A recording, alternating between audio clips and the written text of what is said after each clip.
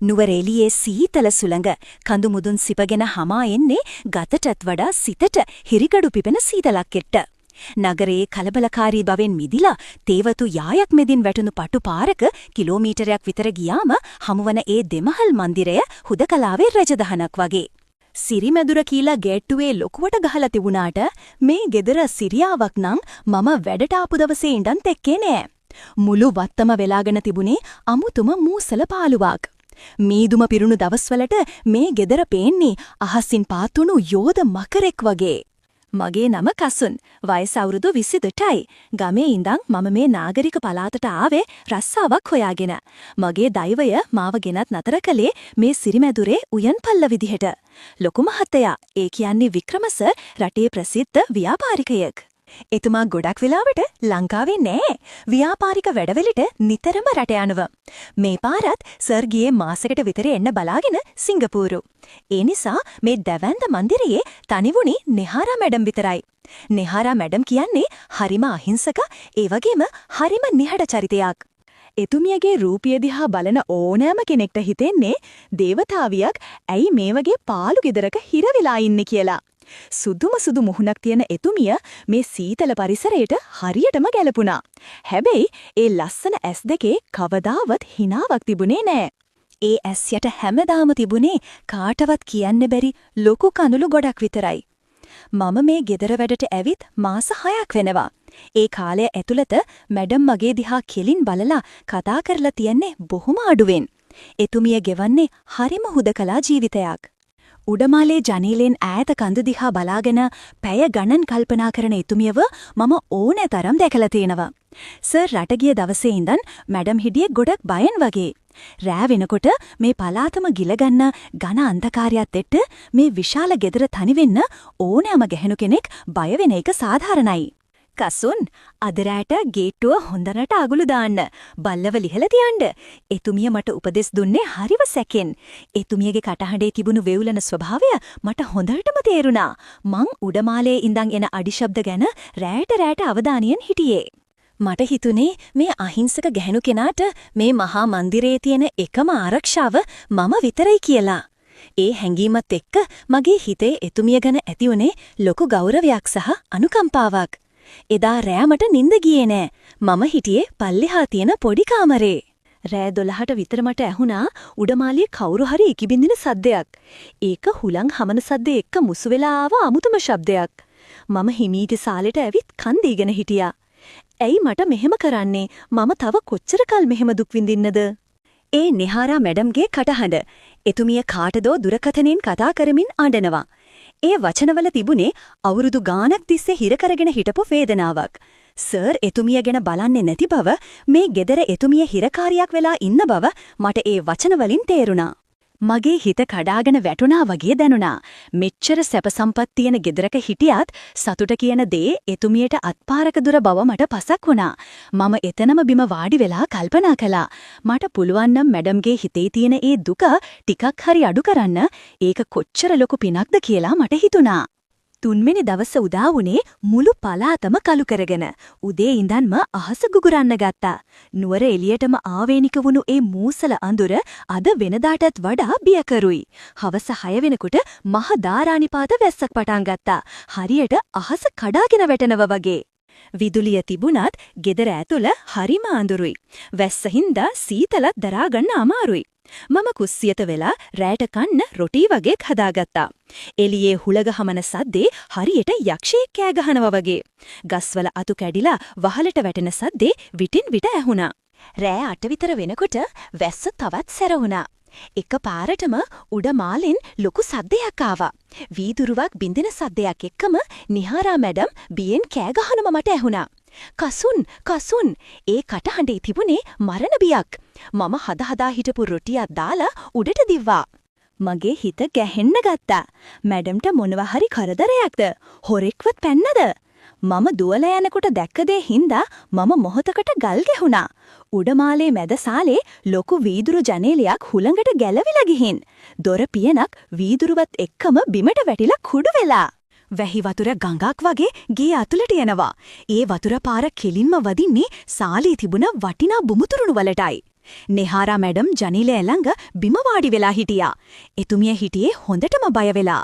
වැහි වතුරට එතුමියගේ ඇඳුම් තෙතබරිත වෙලා තිබුණා. සීතලට එතුමිය ගැහෙනවා මම දැක්කා. එතුමියගේ මූණ සුදුමැලි වෙලා. අනේ කසුන් ජනේලයේ කැඩුනා. මට මේක තනියම කරන්න බෑ. එතුමිය ගොත ගහමින් කිව්වා. මැඩම් අයින් වෙන්න. වීදුරු කෑලි අතපය කපයි. මම ඉක්මනට එතනට පැනලා මැඩම්ව අල්ලලා පැත්තකට කළා. ඊට පස්සේ මම පුළුවන් උපරිම වෙර දාලා අනිත් ජනේල පියන තද කරලා වැහුවා. හුළඟ කොච්චර සැරද කියනවනම් මාවත් විසි වෙන්න ගියා. කොහොම හරි මම ජනේලය වහලා ළඟ තිබුණු ලොකු කබඩ් එකක් ජනේලට හේතු කළා ආයේ ඇරෙන්නේ නැති වෙන්න. මම හොඳටම තෙමිලා හිටියේ. මගේ ඇඟත් සීතලට වෙව්ලනවා. මම හැරිලා බලනකොට දැක්ක මැඩම් තාමත් බිම වාඩි වෙලා ගැහෙනවා. එතුමියගේ ඇස්වල කඳුළු පිරීලා. මේ වෙලාවේ එතුමියට උණුවුනේ. මැඩම් නැගිටින්න මෙතන සීතලයි. මම බොහොම ගෞරවයෙන් එතුමියට අත දිගු කළා. එතුමියා මගේ අත අල්ලගෙන නැගිටින්න හැදුවා. ඒත් එක්කම කියලා එතුමියා ආයේ බිම ඉඳගත්තා. මොකද මැඩම්? මගේ කකුල මම ලිස්සලා වැටුණ කසුන් කකුල උලුක්කු වෙලා වගේ එතුමිය වේදනාවෙන් මූණ ඇද කරගත්තා. මේ වෙලාවේ මට හිතුනේ මගේම සහෝදරියකට කරදරයක් වුණා වගේ හැඟීමක්. මම වටපිට බැලුවා. මැඩම්ට ඇවිදින්න බෑ වගේ. මම උදව් කරන්නම් පුටුවෙන් වාඩි වෙන්න. මම බොහොම පරිස්සමට එතුමියගේ බාහුව දෙකෙන් අල්ලලා ඔසවා ගත්තා. එතුමියගේ බර මගේ ඇඟට දෙනුණා. මම හිමීට එතුමියව ළඟ තිබුණු සෝෆා එකෙන් වාඩි කළා. එතුමියගේ වම් කකුලේ වලලු කර ඉදිමිලා එනව මම දැක්කා. මැඩම් පොඩ්ඩක් ඉන්න. මම ෆස්ට් එඩ් බොක්ස් එක ගෙන්නම්. මම පහලට දුවලා ගිහින් බෙහෙත් පෙට්ටියයි අයිස් කැට වගේකුයි අරන් ආවා. මුළු ගේම අඳුරුයි. එක ලයිට් එලියක් විතරයි තිබුණේ. මම දන ගහගෙන මැඩම්ගේ කකුලට අයිස් තියන්න පටන් ගත්තා. මගේ හිතේ කිසිම වැරදි අදහසක් තිබුණේ නෑ. මට ඕන උනේ එතුමියගේ වේදනාව නැටි කරන්න විතරයි. රිදෙනවද මැඩම්? මම ඇහුවා. දැන් ටිකක් අඩුයි කසුන්. ඔයාට ගොඩක් ස්තුතියි. ඔයා හිටියේ නැත්තම් මම අද රෑ මැරිලා යනවා. එතුමියගේ කටහඬේ තිබුණේ ලොකු කෘතවේදී බවක්. එහෙම කියන්න එපා මැඩම්. මම ඉන්නේ මැඩම්ලාගේ ආරක්ෂාවටනේ. එතුමිය මගේ දිහා බලාගෙන හිටියා. ඒ බැල්ම වෙනදාට වඩා වෙනස්. එතන තිබුණේ මහන්තත්තකම නෙවෙයි. අසරණකම. වික්‍රම කවදාවත් මං ගැන මෙහෙම බලලා නෑ කසුන්. එයාට මම නිකම් ගෙදර තියෙන භාණ්ඩයක් විතරයි. මම අසනීප වුණාමවත් එයා මට වතුරු ගොරක් දීලා නෑ. එතුමිය එකපාරටම අඬන්න පටන් ගත්තා. මම බෙහෙත් දාන එක නවත්තලා බිම බලාගෙන හිටියා. ලොකු නෝනා කෙනෙක් තමන්ගේ දුක මෙහෙම වැගකාරයෙක් ඉස්සරහා කියනවා කියන්නේ එතුමිය කොච්චර පීඩනයකින්ද ඉන්නේ කියලා මට තේරුණා. අඬන්න එපා මැඩම්. හැමදේම විසඳෙයි. මම එතුමියව සනසන්න උත්සාහ කළා. නෑ කසුන් මුකුත් විසඳෙන්නේ නෑ. මට දැන් මේ ජීවිතේ එපා වෙලා තියෙන්නේ. මට ඕන කලේ සල්ලි නෙවෙයි. මට ඕන කලේ මනුස්සකම, ආදරය. එතුමිය අඬන ගමන් මේස උඩ තිබුණු පරණ ෆොටෝ ඇල්බම් එකක් ගත්තා. මේ ඉන්නේ මම ආදරය කරපු කෙනා සදීප. එතුමිය ෆොටෝ එකක් පෙන්නුවා. ඒකේ හිටියේ මගේ වයසෙම වගේ තරුණ කොල්ලෙක්. පුදුම වැඩේ කියන්නේ ඒ කොල්ලගේ පෙනුම ගොඩක් දුරට මගේ පෙනුමට සමානයි. එයා දුප්පත් නිසා ගෙදරින් කැමති වුණේ නෑ. මාව වික්‍රමට බඳලා දුන්නා. ඊට පස්සේ සදීප රට දාලා ගියා. එයා මැරිලා කියලා ආරංචි වුණා. මම අදට ජීවත් වෙන්නේ එයාගේ මතකේ එක්ක. එතුමිය ඉකිගස්සමින් නඩද්දී මට දැනුනේ පුදුම අනුකම්පාවක්. මේ ගැහණිය මේ මන්දිරයේ ගෙවන්නේ අපා දුකක් කියලා මට තේරුණා. මැඩම් අතීතය ගැන හිතලා දුක් වෙන්න එපා. මැඩම්ට තවම ජීවිතේ ඉතුරු වෙලා තියෙනවා. වැස්ස ටිකක් පායලා තිබුණත් පරිසරය හරිම නිහඬයි. මැඩම්ගේ කකුලට බෙහෙත් දාලා ඉවර වුණාම මම නැගිට්ටා. මැඩම් දැන් ගිහින් නිදාගන්න. කකුලට විවේක ඕන. මම උදව් කරන්නම් කාමරේට යන්න. එතුමිය අමාරුවෙන් නැගිටිලා මගේ උරහිසට වාරු වුණා.